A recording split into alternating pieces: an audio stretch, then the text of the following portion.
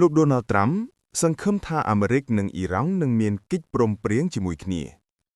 លោកថ្លែងដូចនេះបន្ទាប់ពីអគ្គមគតិអ៊ីរ៉ង់លោកអាលីខាមេនេ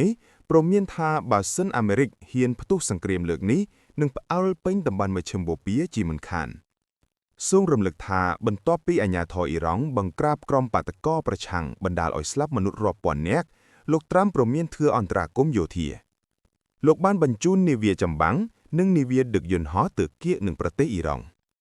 នៅក្នុងស្ថានភាពនេះក្រុមប្រទេសធំៗនៅមជ្ឈមបូព៌ាខិតខំនិយាយបញ្ចុះបញ្ជូលលោកត្រាំកុំទាន់ប្រាយធរក្តៅពួកគេជំរុញឲ្យលោកប្រើប្រាស់មធ្យោបាយការទូតឲ្យអស់លទ្ធភាពជាមុនសិនចំណែកអ៊ីរ៉ង់ក៏ប្រកាសមិនចុះញ៉មនឹងការគំរាមកំហែងនេះដែរកាលពីថ្ងៃអាទិត្យម្សិលមិញលោកអាលីខាមេនេចាត់ទុកការធ្វើបាតកម្មថ្មីៗនេះគឺជាការប៉ុនប៉ងធ្វើរដ្ឋប្រហារផ្ដួលរំលំរដ្ឋាភិបាលរបស់លោកព្រមានថាបើសិនអាមេរិកវាយប្រហារអ៊ីរ៉ង់លើកនេះសង្គ្រាមទ្រង់ទ្រាយធំនឹងផ្ទុះឡើងជាមិនខានលោកថ្លែងបន្តទៀតថាពួកអាមេរិកកាំងត្រូវយល់ឲ្យបានច្បាស់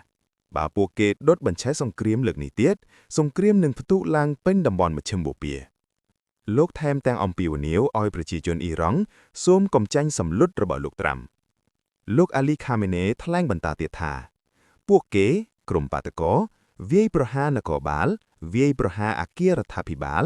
វាយប្រហារឆ្មាំបដិវត្តន៍អ៊ីរ៉ង់ធនាគារនិងវិហារអ៊ីស្លាមពួកគេដុតបំផ្លាញគម្ពីរកូអនដូច្នេះទង្វើទាំងនេះជារដ្ឋប្រហារច្បាស់ណាស់ប៉ុន្តែលោកថាជាភ័ព្វសំណាងល្អដែលអំពើរដ្ឋប្រហារនេះត្រូវយើងបង្ក្រាបទាន់ពេលវេលា